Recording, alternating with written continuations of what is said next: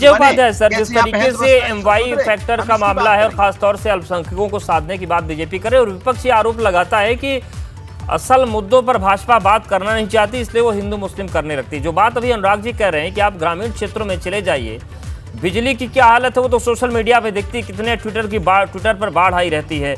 पानी की बात कर लें, सिंचाई की बात कर लें, तमाम ऐसे मसले जो वहाँ पर गंभीर चुनौती बने हुए हैं। इन मामलों से क्या भटकाने के लिए YM समीकरण की बात हो रही है, या वाकई ये ट्रम्प कार्ड है और इस पर अगर बीजेपी सफल रहती है तो कुछ बड़ी सफलता मिल सकती है उनको? देखिए, लोकल बॉडी के चुनाव बाकी चुनाव से बहुत अलग होते हैं। मेरी आवाज आ रही है ना? जी जी, सुन पा रहे हैं सर। हाँ, तो लोकल बॉडी के जो इलेक्शन होते हैं ये जनरल असेंबली इलेक्शन या पार्लियामेंट इलेक्शन से बिल्कुल डिफरेंट होते हैं। अब उत्तर प्रदेश में आप देखें तो जो बड़े शहर हैं वहां पे इस समय चूंकि एक बड़ा बिल्कुल विजय सर आएंगे आपके पास, कुछ दिक्कत है करेक्शन की। जी जी, बात पूरी पर गए सर, आगे। हाँ, तो अलग किस्म से इसके चुनाव होते हैं और जो जितने बड़े शहर हैं वहां पे आप देखेंगे तो माइनॉरिटी और जो शेड्यूल कास्ट के वोट हैं वो बहुत बड़ी तादाद में है।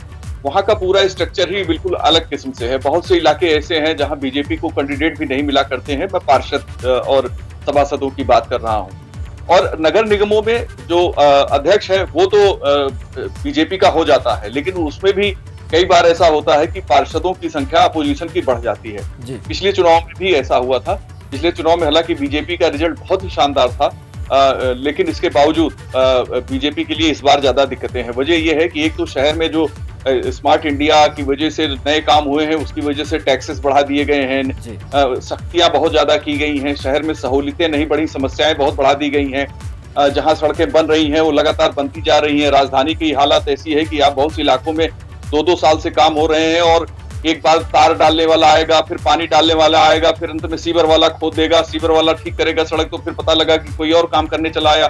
तो ये जो मिसहैंडलिंग है पूरे सिस्टम के साथ, वो शहर में बीजेपी के लिए बहुत बड़ी चुनौती बन सकती है। इसके अलावा जो नगर निगम के टैक्स सिस्टम है उसको लेके लोगों में बहुत नाराजगी है। दूसरा, नियम कानून इतने ज्यादा थोप दिए गए हैं लोगों पे कि लोग उससे भी बहुत बेचैन हैं।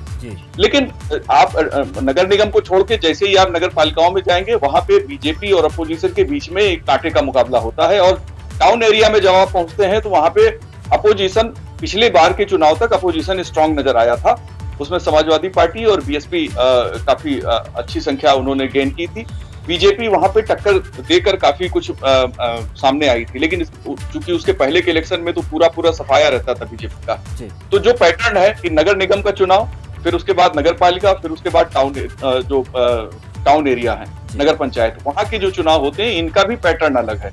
इन सारे पैटर्न को अगर आप देखें तो बीजेपी ने जो ये माइनॉरिटी कार्ड चलने की कोशिश की है, खासतौर पे पसमानदा को लेके जो ये प्रयास कर रहे हैं, वो कितना क्लिक करेगा ये कहना बड़ा मुश्किल है। बिल्कुल, लेकिन वो इस चीज को लेके जा रहे हैं और एक नया प्रयोग करने की कोशिश, बिल्कुल प्रयोग कर रहे हैं। लेकिन कुंवर बासित जी, अगर अनुराग जी कुछ कहते तो आप उसको राजनीतिक आरोप बता देते, लेकिन जो विजय सर कह रहे हैं कि नियमों के जाल में जनता फंस गई है, काम शुरू हो जाता है तो खत्म ही नहीं होता, वो बढ़ता जाता है, उसका बेमियादी हो जाता है। इन चुनौतियों से कैसे निपटेंगे? जब चुनौती नहीं रहेगी तब तो कोई फैक्टर काम करेगा आपका। असल में एक भारतीय जनता पार्टी के लिए पहले कहा जाता था कि भारतीय जनता पार्टी महानगरों की पार्टी है, शहरों की पार्टी है।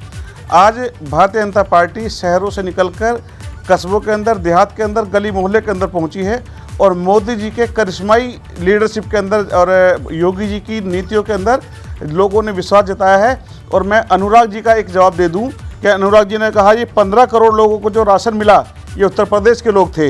ये 45 लाख जो आवास मिले ये नगर पंचायतों के लोग थे। 3 करोड़ किसानों को जो सम्मान निधि मिली वो भी इन्हीं में से लोग थे।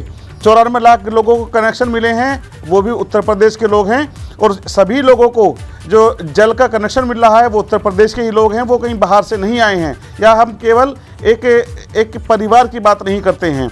61 लाख लोगों को जो शौचालय मिले हैं वो भी उत्तर प्रदेश के लोग हैं। और इसके अलावा जो सबसे बड़ी बात है, अगर मैं एक संख्या का टोटल करूं तो लगभग 4.5 करोड़ लाभार्थी केवल अल्पसंख्यक समाज से आते हैं, मुसलमान में से आते हैं।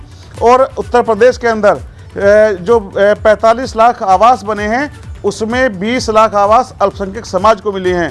वो वोट बैंक मान करके नहीं मिले हैं। जो आदमी पिछड़ा है, जो गरीब है, उसकी एक नीति बना करके पंडित दीनदयाल उपाध्याय के आदर्शों को मान करके पार्टी ने जो गरीब है, जो पीड़ित है, जो शोषित है, जो वंचित है, उसको योजनाओं का लाभ देने का काम भारतीय जनता पार्टी ने किया है और वही भारतीय जनता पार्टी की ताकत है। इसी के दम पर हम चुनाव में जाने वाले हैं और इसी के दम पर फिर से हम समाजवादी पार्टी को बुरी तरह से हराने वाले हैं। यानी कि आप सारा